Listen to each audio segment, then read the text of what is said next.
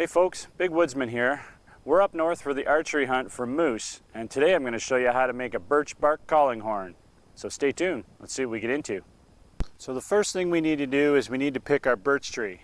So we need to pick a tree like this one here that is 8 to 10 inches round. It can be 12, but around that 10-inch mark is exactly what we're looking for.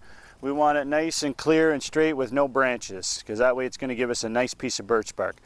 We're going to make 3 incisions. We're going to cut around the whole circumference of the tree at the top, about 14 to 16 inches down. We're going to make another incision around the bottom, and then a lateral incision that goes right down the tree.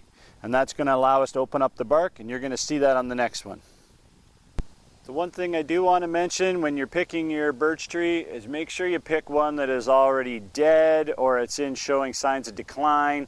It's already on its way down or has fallen down. That way we're protecting our tree species. In effect, what we're doing when we pull the bark off the tree is we're going to girdle the tree, which will kill it. So the last thing we want to do is kill a perfectly live tree.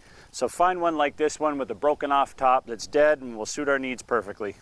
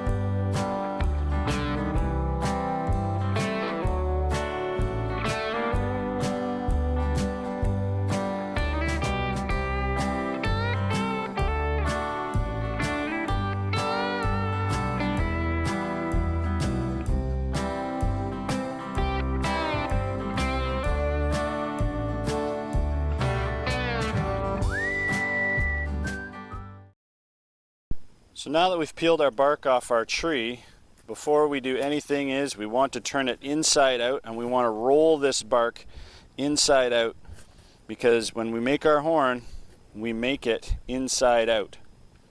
And to sort of quickly and delicately hold that into shape, we're going to take a string and just wrap it around, and that's going to start to give us the memory for the horn. The one thing you have to remember is when you're making these, you make them inside out. You don't make them the way they are on the tree. So we're just going to quickly put a rope around it, and that way it'll start to give it that memory. So just put a quick string around it, and that'll get you back to camp so you can start making your horn. So we've got our horn, we've taken it and we've rolled it into a cone shape, small on one end, going larger to the other end. Then we've taken and we've trimmed the entire edge where we're going to be drilling holes and stitching it through. So before we do anything, just a few tools that we use today. A simple pair of scissors, a little hand drill to drill the holes. You can use a cordless drill, or you can even use an awl on the edge of your knife. And then the traditional way of stitching a birch bark horn together is using the root from a spruce tree and feed it through the holes all the way up. But I find it's a lot of work, it's very labor intensive, so the easiest thing to do is use a leather bootlace. So these are very cheap, very effective, waterproof, works great. I'll put a link in my video for these bootlaces if you ever need to pick up a pair if you're looking at making one of these birch horns. So now that we've got everything ready to go, the first thing we have to do is start drilling holes every 3/4 of an inch the whole way up our nice edge of the birch horn so we can fish our laces through.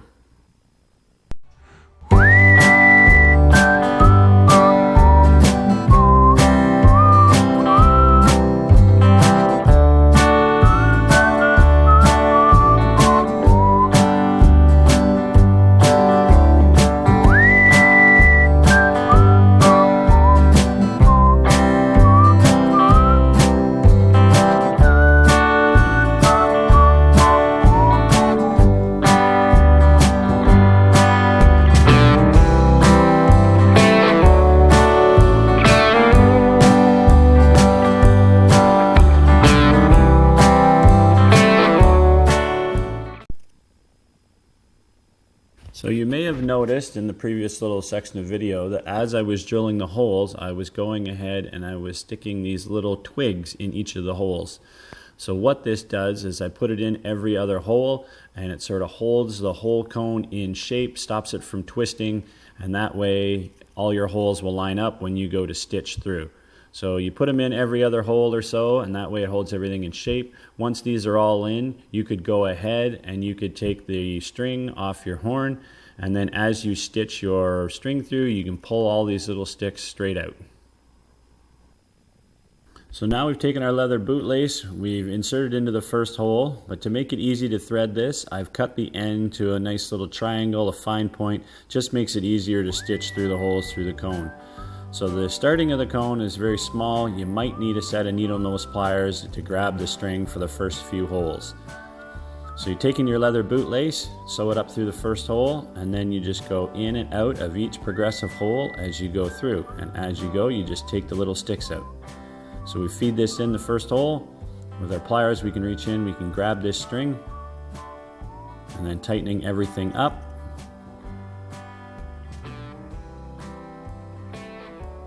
We have our nice first stitch, and all we do is continue with this stitch all the way up from the bottom to the top, and then we can tie it off at the bottom.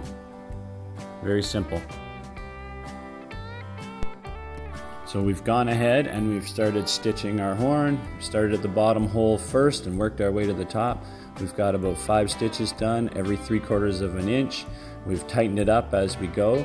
The bottom section is a little bit tricky to hold, but once you get up to about the point of your hand, you can start to reach in from the large end, and then you can start stitching it from the large end. So grabbing our string, we can reach in the inside and we can fish it through out the top and carry on our stitching all the way to the top. Once you get it to poke through, just keep feeding it through and tightening up as you go. You can turn the lace so it's just aesthetics, it looks better, so it just feeds everything nicely together. Using your pliers, if you have them handy, or your knife, you can just scratch the hole just to make sure it's cleaned out, and it's just easier to feed your lace through. So feeding it back down in the hole, and then you can reach in the large side and pulling that string through on the large side. You just keep tightening it up.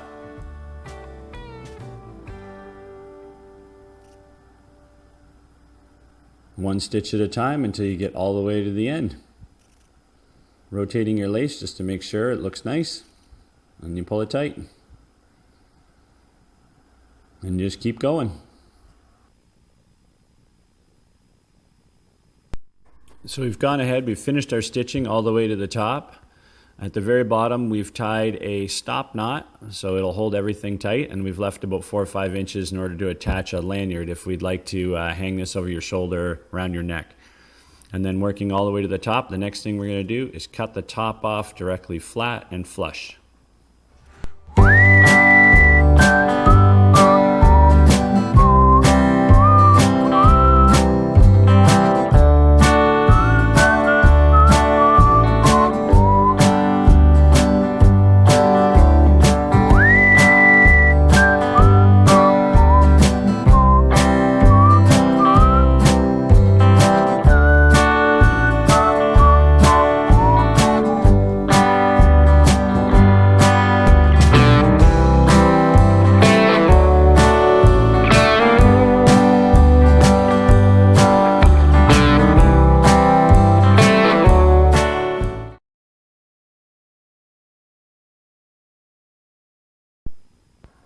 So with the leftover material that we cut off the top of the horn, we've cut a 3/4 inch strip, and we're going to mount that on the top of our horn to give it a nice finished look. So we're going to go ahead and drill holes 3/4 of an inch the same way, and then with an overhand stitch, we're going to stitch over top of this, and it's going to bind the whole end of the horn together. So here's our finished horn. We've got the end bound. We have our pieces on the end for our lanyard. And we're going to go ahead and we're going to start to attach a lanyard to the end. So with that overhand stitch, we've now combined the nice end of the horn, cleaned it up, it's good and solid, nice solid horn for calling. And the next thing we're going to do is attach our lanyard to the leftover strings that we have on both ends. That way we can carry it over our shoulder.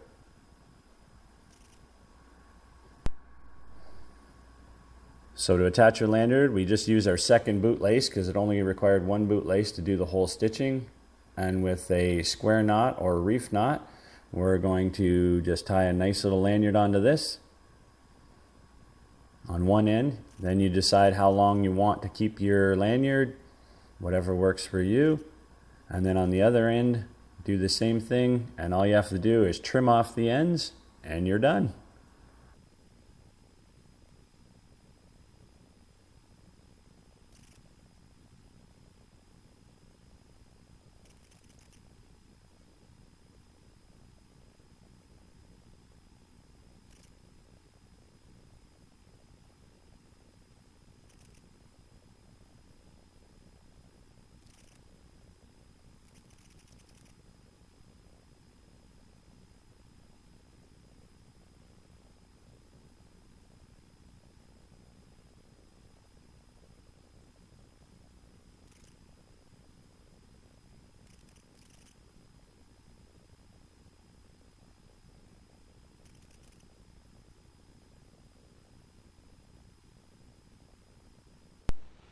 So there we are, folks. I've shown you how to take a dead birch tree, peel the bark off, make your own birch bark calling horn for calling in moose. So hopefully you make one of these yourself. It works for you. Good luck this year in the hunting season. And remember, there's life out there in the woods. I'll see you out there in it.